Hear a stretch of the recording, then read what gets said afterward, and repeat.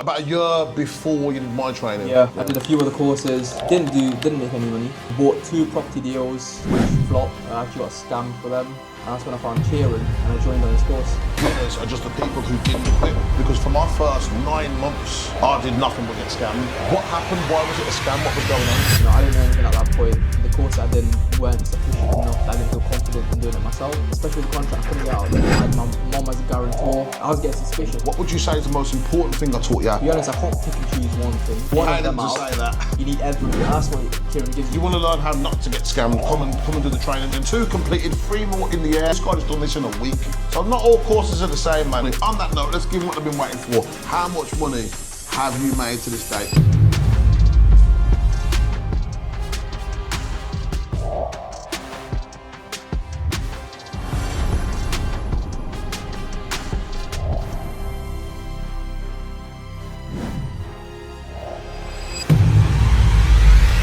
I'm Kieran Connolly. I'm joined here today by Tilak Dasani of Star City Suites. It's Tilak on property on Instagram. I'll put his number on the screen too, easy to get hold of. Tilak did my training back in February and he's had a lot of success since then, so I thought I'd invite him here to share his journey with us, the ups, the downs, the goods, the bads and everything in between. So Tilak, since February, it's been 9 months since you did training. Yeah, that's right. How have you found it and what's been happening in those 9 months? It's been one hell of a journey, that's for sure. Ups and downs.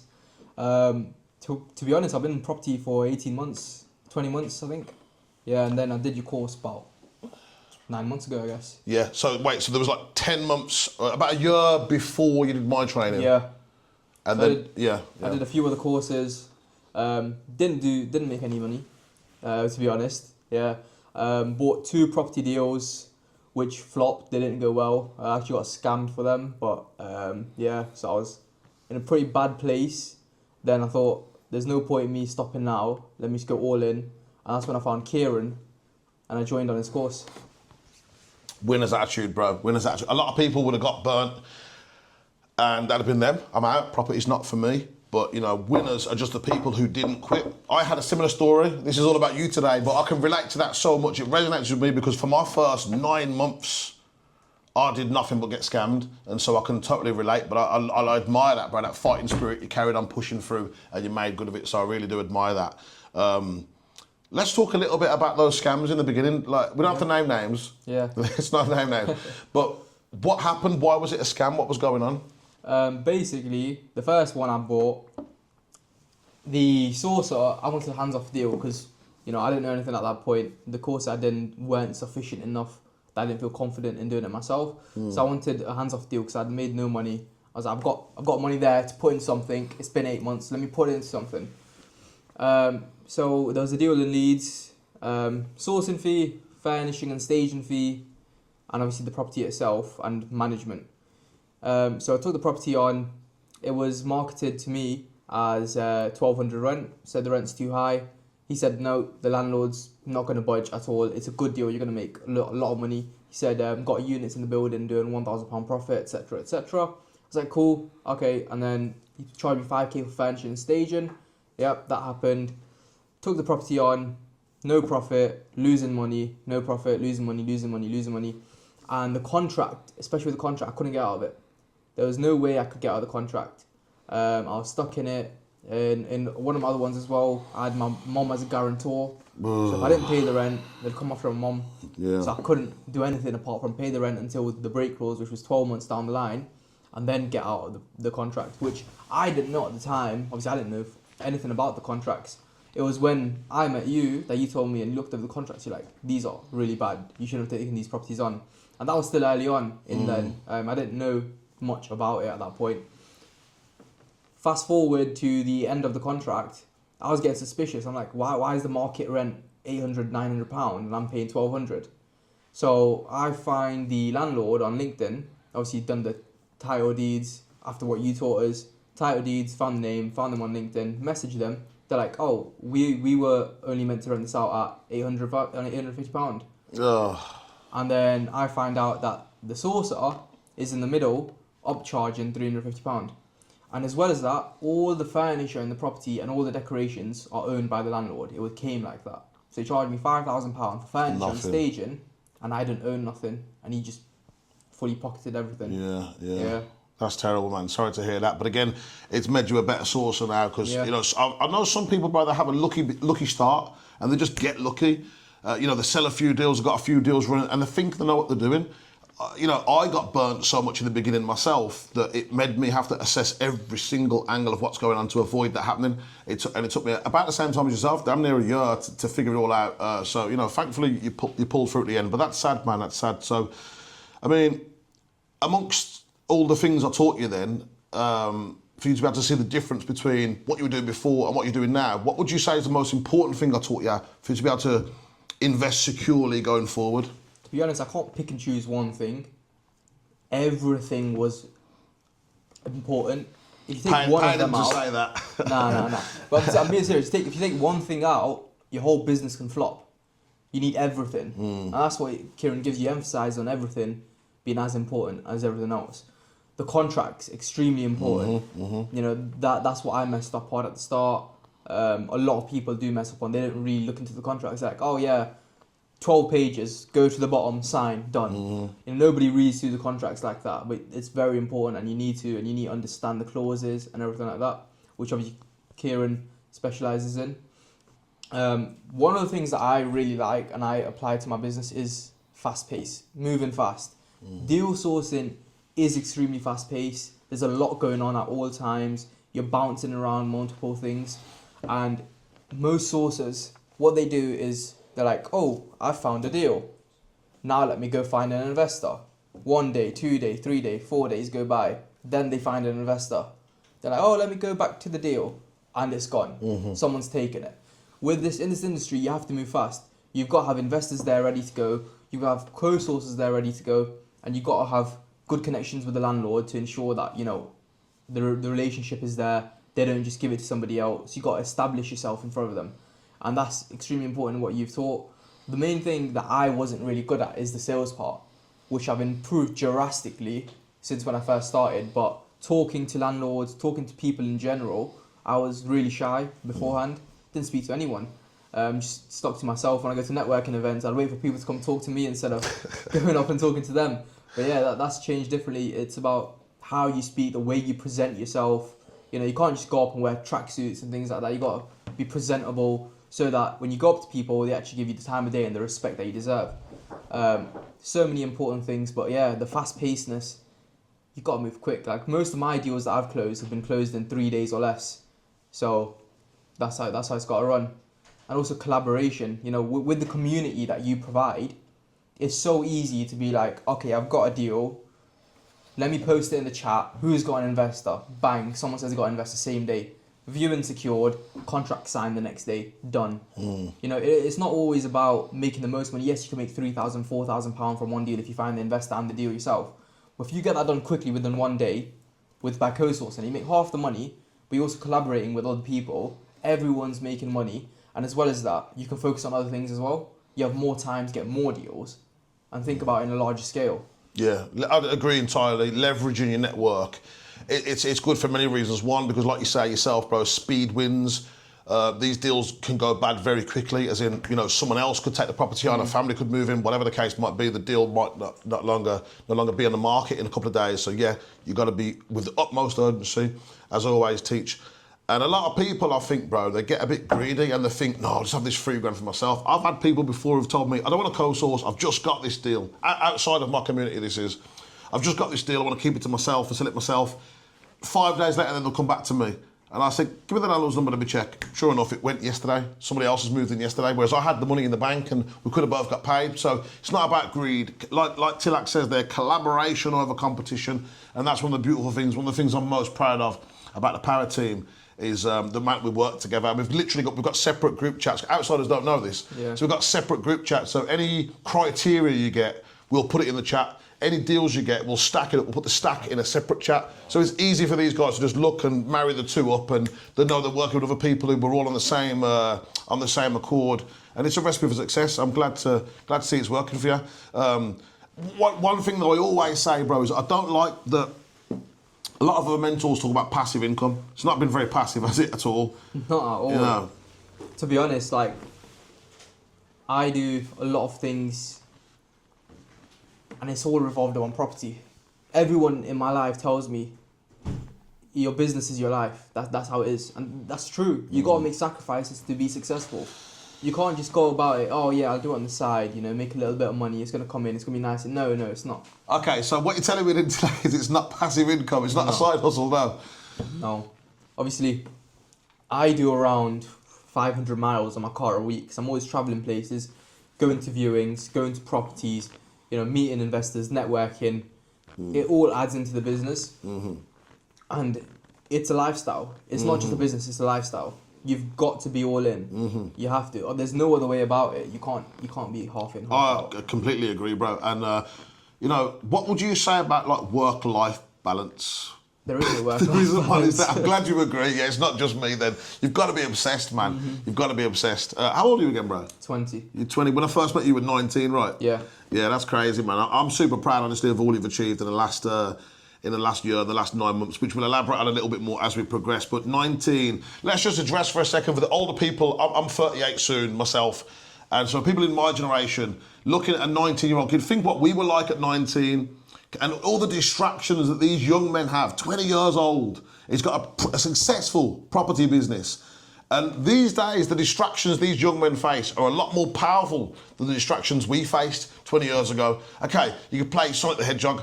You know, what games did we have? I don't know. Grand Theft Auto 1. It was looking down from the sky. And Sonic, you play that for an hour, bro, and you'd be bored out your head. It was crap. Whereas these days, they've mastered all that. And Instagram and all the other distractions. They're a lot more powerful distractions than what I had 20 years ago. So I really, really admire young people like yourself who have been able to fight off all those distractions. Because, bro, how many times could you have sacked it and made excuses? Look at all the scams and the crap that you went through. Yeah. You've got to give yourself a pat on the back, man. I know people want to know how much money you've been making, how many deals you sold. We'll save that for a little bit further into the video. But let's talk about your worst. What I don't want to do is sit here talking about passive income, made loads of money, blah, blah. I don't want to also sit here saying it's all doom and gloom, because it's not. It's a great business, otherwise you wouldn't be in it. But I want to give a realistic perception of what it's really like. So, other than the scam that happened, unfortunately, what would you say has been the worst day? There's been a lot of bad days. Moreover, bad periods of time than days. I think there's one day that I remember vividly. This was just after I jumped off the course. I think it was in March. We had 3 deals that we had the payment in the bank on contract stage. Money's in the bank. I'm there looking at it. And all 3 deals fall through. All 3 of them have to refund the investor. That was a pain. It was that stings. That stings. Yeah. It never gets better. That hurts every time, bro. Yep. Yeah. Okay, that's the bad side of things that can happen. Because, like, you know, we'll get deals agreed. We might get 10 deals agreed in a day, and then, you know, say 4 or 5 of them stack really well, and even if you sell all 4, there's a possibility only 1 will go the whole way through to completion. So it's not just a case of every deal we source, every deal we get agreed is going to sell necessarily well. And then as sourcers, we're up against all sorts of scammers, because that's not the only type of scam that Tilak suffered. I've suffered many, and I don't really want to highlight all the different ways that happened. And I feel like sometimes it's a bit of a ethical dilemma. Like, do I warn people what's happening, or am I going to be highlighting ways to do bloody fraud? Do you know what I mean? If you want to learn how not to get scammed, come and do the training. Or if you're suspicious, even all the training aside, if you're buying a deal off someone and you're suspicious, you can call Tilak. I'll put his number at the start of the video. He's particularly talented, actually, at finding scammers. He's taught me things. Remember the IP thing you showed me in the early days? Yeah. And I was surprised. So you've even taught me things with how to identify scammers and catch them out. And I pride myself also on security, maximum security with contracts, all this sort of stuff. So either one of us, if you need to run a deal by us, I know already Tilak will be more than happy to help you out, and so am I. We're both easy to get hold of and easy to find. So we've highlighted some of the bad stuff. Tell me about your best day. What's the best day you've had so far? I have good days all the time, to be honest, but I think, like I said earlier, you know, my most recent good day was just a few days ago, to be honest. I was with one of the other power team students, Ashley. We're in North Wales. Big up Ashley Chung. Yeah. We just said, you know, we'll link up together, mash out some work. So that's exactly what we did. We got 7 deals agreed. I think 5 viewings lined up, 2 deals closed in the meantime. Ashley just Hey, walked in. as we said it, Ashley Chong just walked in. Let's give Ash some love as well. Yeah. That's very little love, but we do love Ash. So yeah, like I was saying, we've got 2 deals closed, money in the bank, contract signed, all done between me and him. So collaboration again. We got another 3 viewings lined up with deals that will be closed, and I'm sure of it. And another few properties that are agreed. We've got sent them out to our missus just yesterday, so waiting for them to get back to us. And I've taken on a property myself. So I was like, in a few days with Ashley, we got all of those things done. I think that was like the top of my journey so far. Yeah, yeah. Amongst all my students, I'd say I don't want to pick favourites. I'm not doing that. I'm not just saying this because you're here either. I don't want to pick favourites at all. But I'd say if I had to pick the top, I don't want to say top 5, top 10. I don't want to say any of that. But if I had to pick some of the top, it's certainly going to be Tilak, Ashley Chong, and amongst these men. So put those 2 together in a room, and some money's going to be made. That's just a simple fact. And a lot of that comes from adding value and over delivering to your investors. And that's why I say, if anyone's struggling or you feel like you might be in danger of being scammed, you want something checked, call the guy, because even if he's not going to make any money, I know he'll help you. He'll take a second out of his busy day, because we've already said how busy he is. I know he'll stop what he's doing and help, because one of the keys to business is adding value. Do you know what I'm saying? I just want to say, out of the few things you said, you've got a few deals up in the air, there's viewings going on, you're taking on a new deal. I know, for you, it's well earned. I know the hours you've been putting in, bro, but to someone else who's starting, think about it. 9 months into your journey, we're going to talk about how much money he's made and how many deals he's actually sold, how much net profit he's got in his pocket now. But just in the last couple of days, what was it you were with Ash for? 3-4 days? Yeah. About 3-4 days. We've now 5 deals in the air. 2 of them at contract stages, did you say? Finished, done. Oh, two completed, 3 more in the air at contract stages. That's £15,000 between the 2 of them. He's taken on another unit. Have you even got that much success, you people watching at home? Have you got anything like that in your whole property career? Because this guy just done this in a week while he was staging. Because that's why you two were together staging, right? So listen, man, there's the right way to do things and there's the wrong way to do things. There's the wrong way and there's my way. You know, it's tried and tested. This way works. This way, but this way produces men like that who can kick out the results every time. I mean, you did, like you said at the start, you've done other courses before mine. Let's talk about that a little bit. How long was that? How much did it cost you? How long were you trying for? Let's go into that a little bit. So one of the courses was a full property course, so everything about property. That was 12 grand. Oh no. And then another one was a service accommodation online course. So learning how to get rent-to-rent deals, how to operate a service accommodation business, etc. That was £3,000. From the £3,000 one, absolute awful. Even the people that ran that got exposed to be scammers, etc. They weren't involved. They were just the face of the business. I think I know themselves. who you mean. Yeah. And then they had like their students coaching other people. How are students trying to coach me? It doesn't That's make terrible. sense. Sorry, let me just touch on that. For anyone who's watching doesn't understand, we are currently in what we call the Power Team Clubhouse. This is a house that I rent for students to come and work together, and we spend time here sourcing. Often me and Josh and Liam will give briefs to people and just go a little bit above and beyond. The training's finished now, but in this house, we come together and we work together. I just heard about this last night too. There's some other people, I don't want to name names. Sometimes I feel like I should, but I won't. I don't think it's very tasteful. There's other people who sell courses who, you buy the course from Bob, and then you never see Bob again. He puts you in touch with Dave then, who's just a student. Dave's just a student, ain't made any money either, but he's the one who's supposed to be your mentor. It's crazy. So, you've got to be really careful when you're buying these courses and speak to people. And don't be afraid to ask them, how much money have you made? Show me your bank. I've got no problem. A lot of people see my bank. I love showing my shit. I got no problem. Video call me off, screen share the fuck out of my manzos. I'm saying, any excuse to show my screen, because I've earned it, brother. I've worked hard for it. And I feel like there's no shame in asking someone to show me the receipts. Because anyone can sit there and go, I've made £10 million. But prove it though, show me, let me see the receipts, bruv. Because, you know what I mean?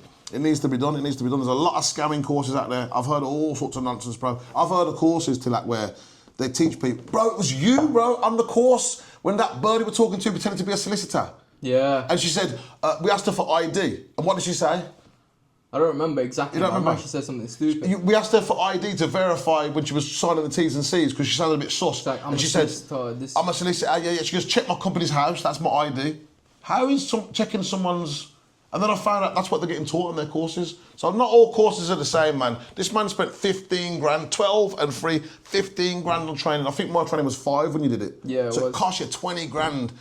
And how many scams you were losing before getting with me, before you really started making any money. On that note, let's give them what they've been waiting for. How much money have you made to this date?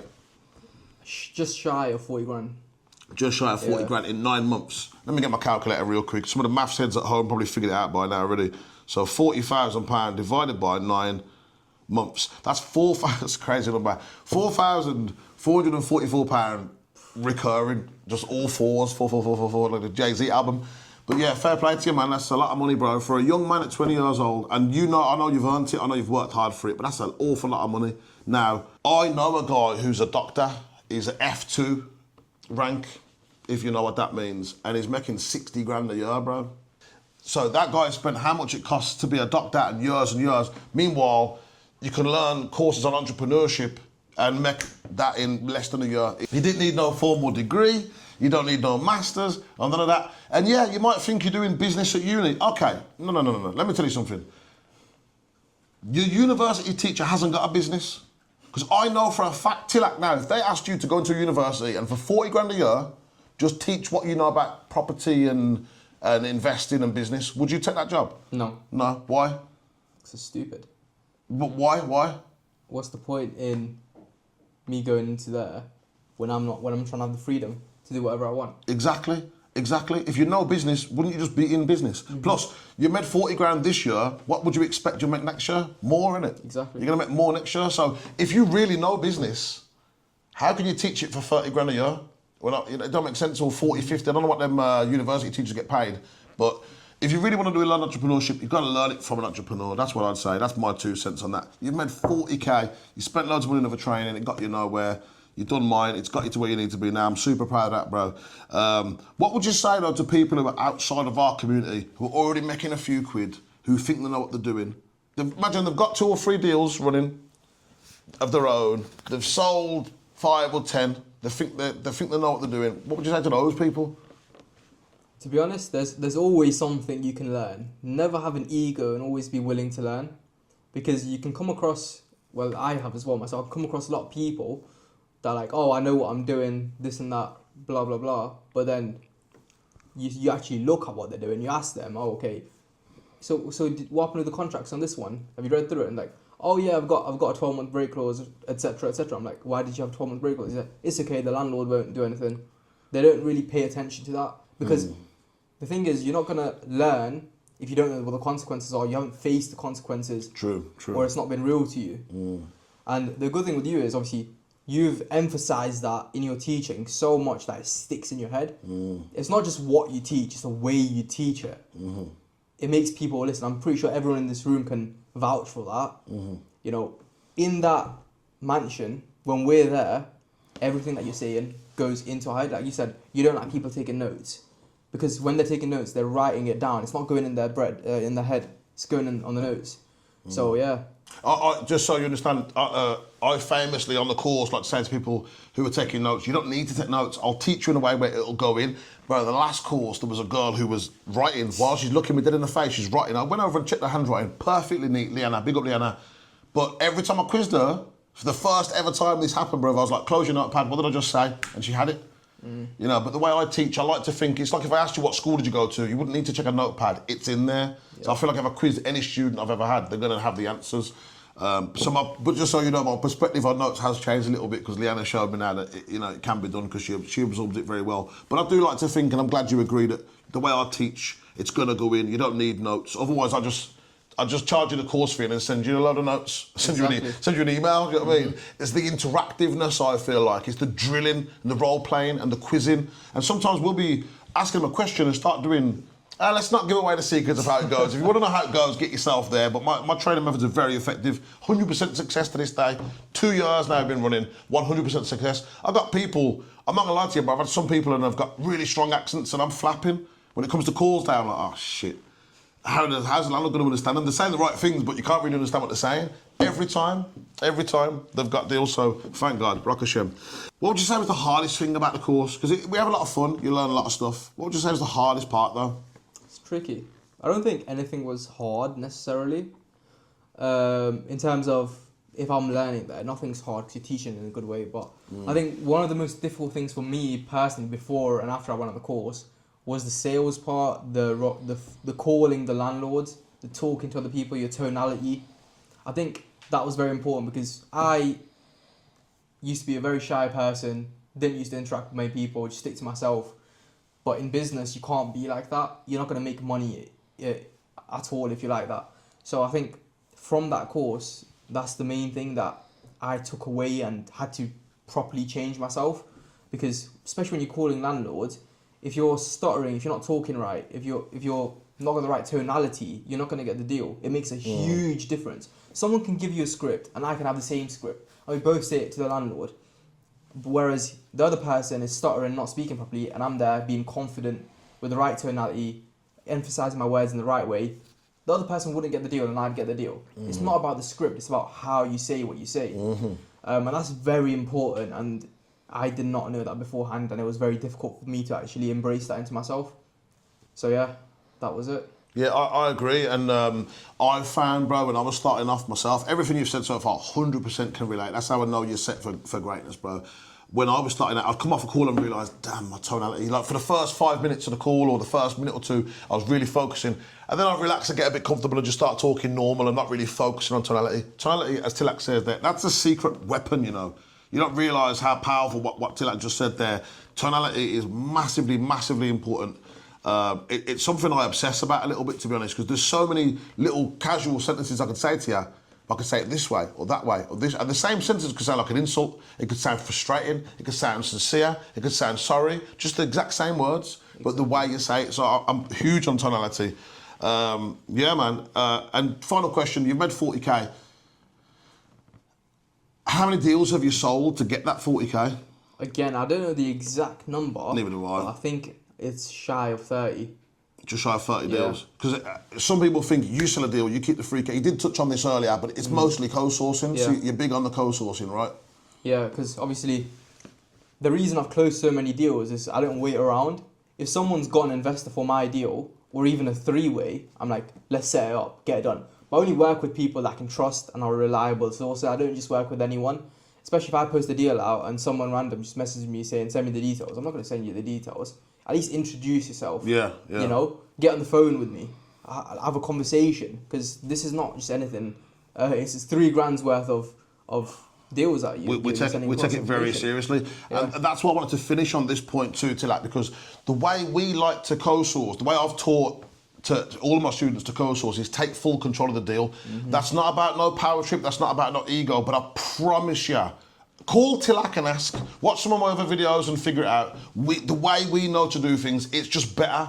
I don't care what other course you've done before, add them all together and they still don't accumulate to 20%. It's completely different processes.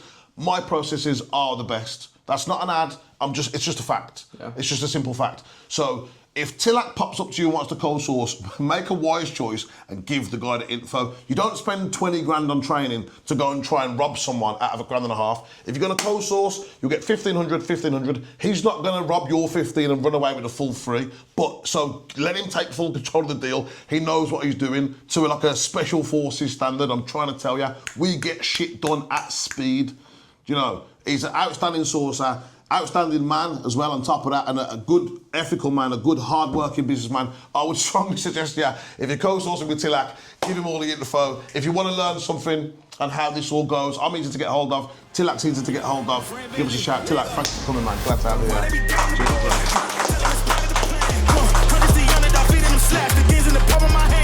They want me to fail, this is personal. They sleeping on me, this is perjury. You make it, nobody has heard of you. Tell them that the beat for the surgery. Killing it, they ain't gotta gas me up, do it myself, I'm drilling it.